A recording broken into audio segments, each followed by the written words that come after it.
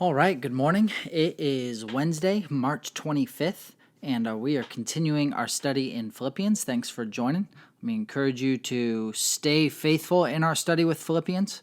Our viewership has dropped substantially in the last two videos. So encourage each other to keep on watching and talk about these truths as we interact with them in the book of Philippians together. We will be back on tonight as usual with youth group activate, and again, that'll be live streamed. It'll be a little bit different, but we're gonna plug on. We'll be back in the book of Genesis, and I'm excited to get there with you all.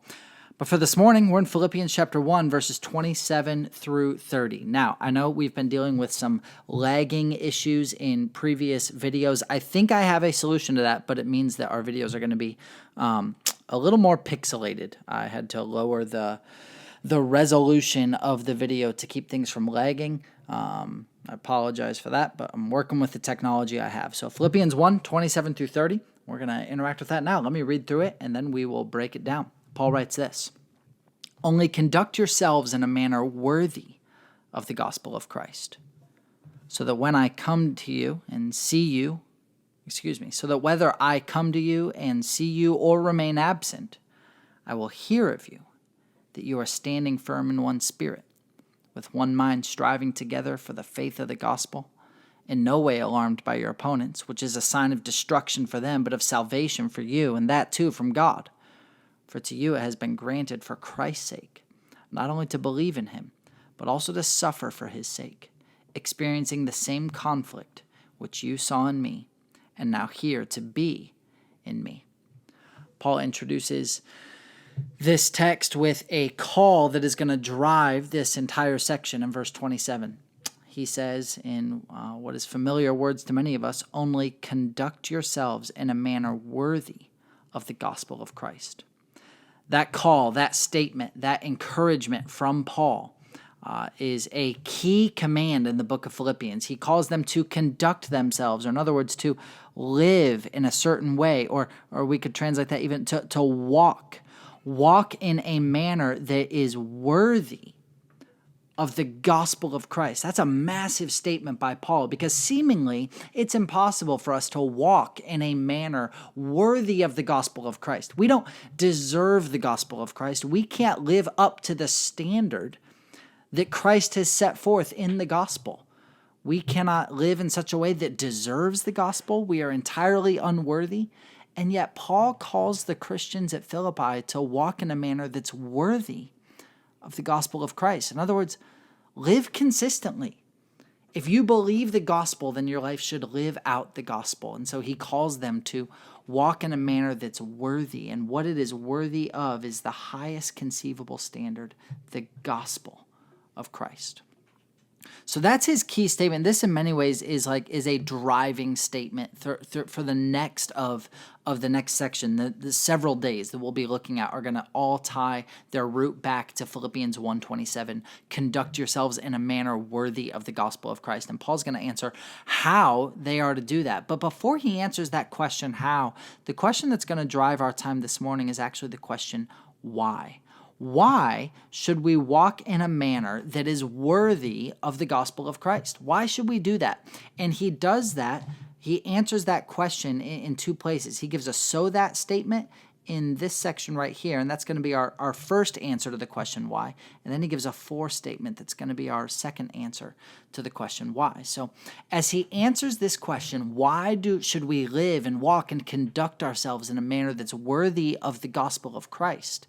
He gives our first reason in the second half of verse 27 all the way through verse 28. He says, "So that whether I come and see you or remain absent, I will hear of you, that you are standing firm in one spirit, with one mind striving together for the faith of the gospel, and in no way alarmed by your opponent."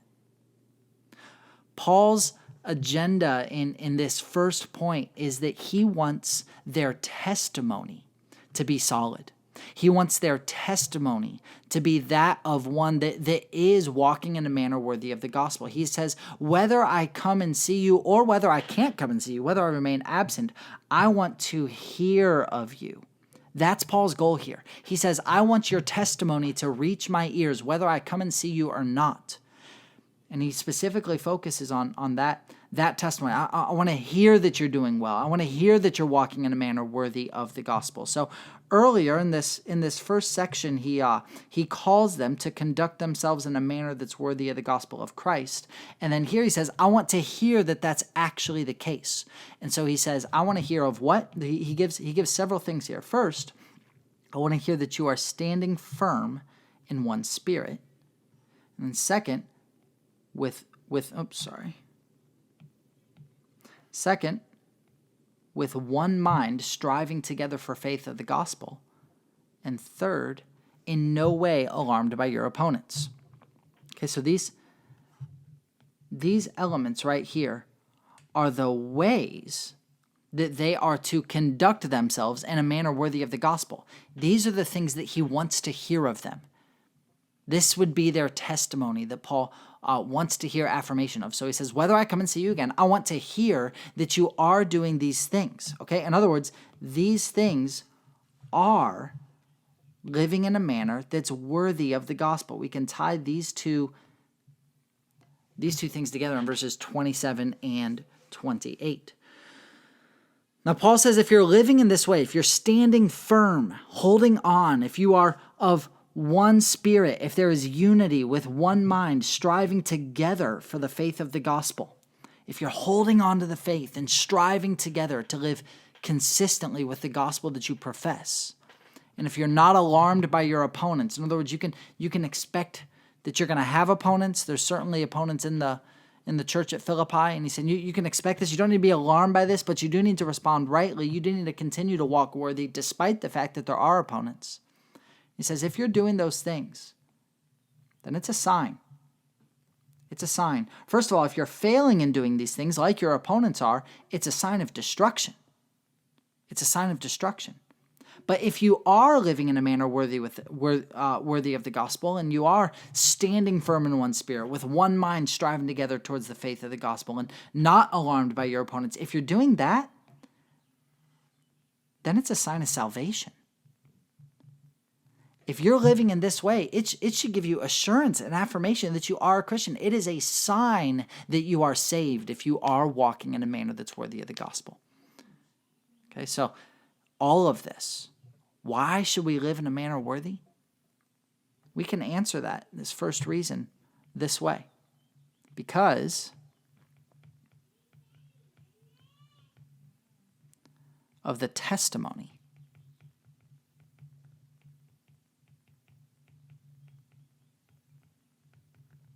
of your faith.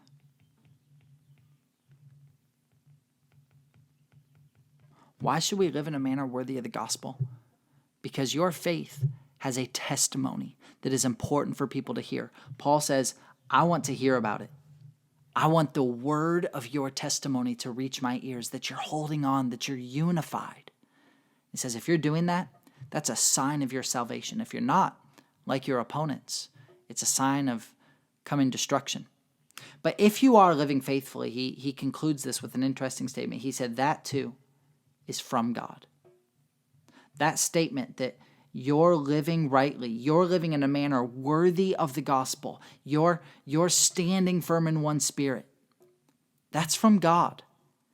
You can't do that in and of yourself. That's only a gift from God. And we've seen this several times already in the book of Philippians, and we're going to continue to see this come forward, that Paul wants them to live rightly, but also know that the only way they can live rightly is through God. So their ability to live in a manner worthy of the gospel is tied directly to God, who it is that enables them to do so.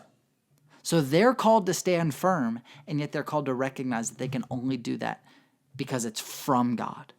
It's from God. So live in a manner worthy of the gospel because of the testimony of your faith. Paul wants to hear that they are living faithfully. That brings us to a second point. He says in verse 29 and 30, for to you it has been granted for Christ's sake not only to believe in him, but also to suffer for his sake, experiencing the same conflict which you saw in me, and now here to be in me. So this fourth statement gives us a second reason why they should conduct themselves in a manner that's worthy of the gospel of Christ. As we walk through that, he says, for to you it has been given, or it has been granted. Another way we could break that down is like this is a gift. It's been gifted to you.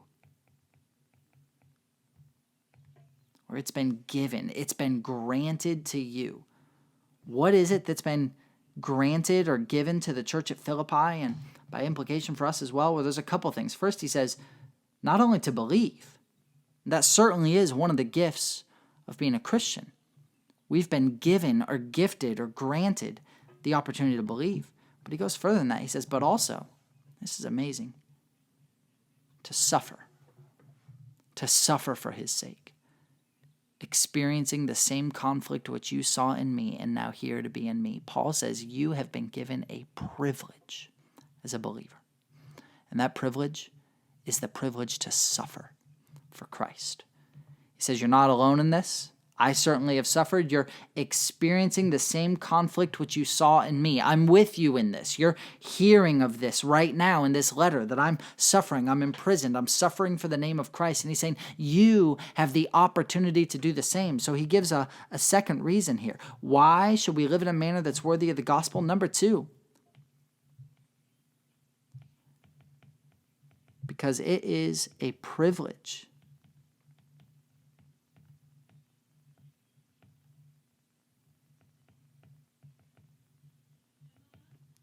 to suffer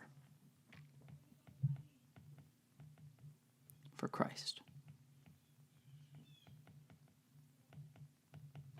Paul says you need to conduct yourselves in a manner worthy of the gospel, no matter what your circumstances are, because it's a privilege. If Christ has enabled you to suffer for his sake, count it a privilege.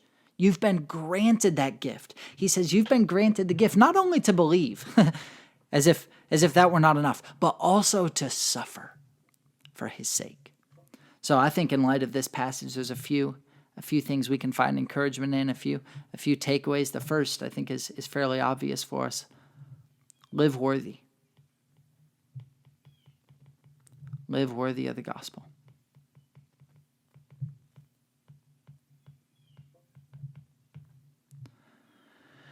Which is a humbling call, because in one sense that seems impossible, and yet we recognize once again that this is all from God.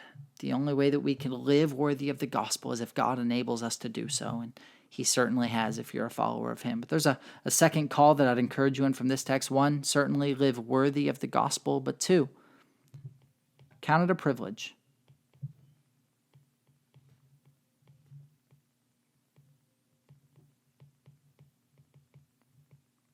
to suffer for Christ.